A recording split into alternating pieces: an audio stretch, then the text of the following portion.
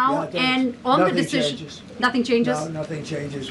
They'll be paying tariffs, and we will not be paying tariffs. India pulled out of Russia. You know, India was getting its oil from Russia, right? And they pull way back at my request. Trump stands firm on India-U.S. deal after Supreme Court setback. Big statement coming from the White House.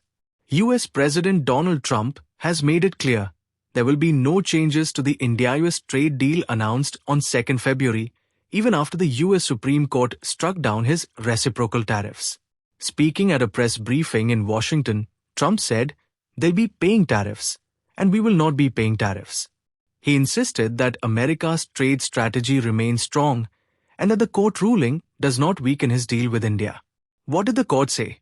The Supreme Court of the United States ruled that President Trump had exceeded his authority under the International Emergency Economic Powers Act, the law he used to justify imposing so-called reciprocal tariffs on 2nd April 2025.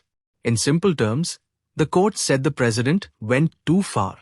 But Trump hit back hard. At the press conference, flanked by Commerce Secretary Howard Lutnick and Solicitor General D. John Sauer, Trump criticized the justices who ruled against him. He said he would explore alternative legal routes to continue imposing tariffs. What about India? Importantly, Trump confirmed that the India-U.S. trade deal remains untouched. He stressed that the parameters agreed upon on 2nd February are still valid. That means, despite legal challenges at home, Washington is not backing away from its trade posture toward India. This reassurance is significant. India and the United States have been strengthening economic ties, and any disruption caused by the court ruling could have complicated negotiations. But Trump's message was clear: no rollback, no dilution. Trump's Pakistan claim again. During the same interaction, Trump also repeated a controversial claim he has made before. He said he stopped the war between India and Pakistan in May 2025, largely by threatening both countries with 200% tariffs. This assertion has been disputed in diplomatic circles, but Trump continues to project tariffs as a powerful geopolitical tool. What happens next? The big question now is, what legal mechanism will Trump use next? If the Supreme Court has blocked tariffs under EPA, the administration may turn to other trade laws, such as Section 232 or Section 301 authorities. Trump has made it clear he sees tariffs not just as economic policy, but as leverage in global diplomacy. The bigger picture. This episode highlights 3 major developments: a significant judicial check on presidential trade powers, Trump's determination to continue aggressive tariff policies, stability, at least for now, in the India-U.S. trade framework. Despite the legal setback, Trump is signaling continuity, not retreat.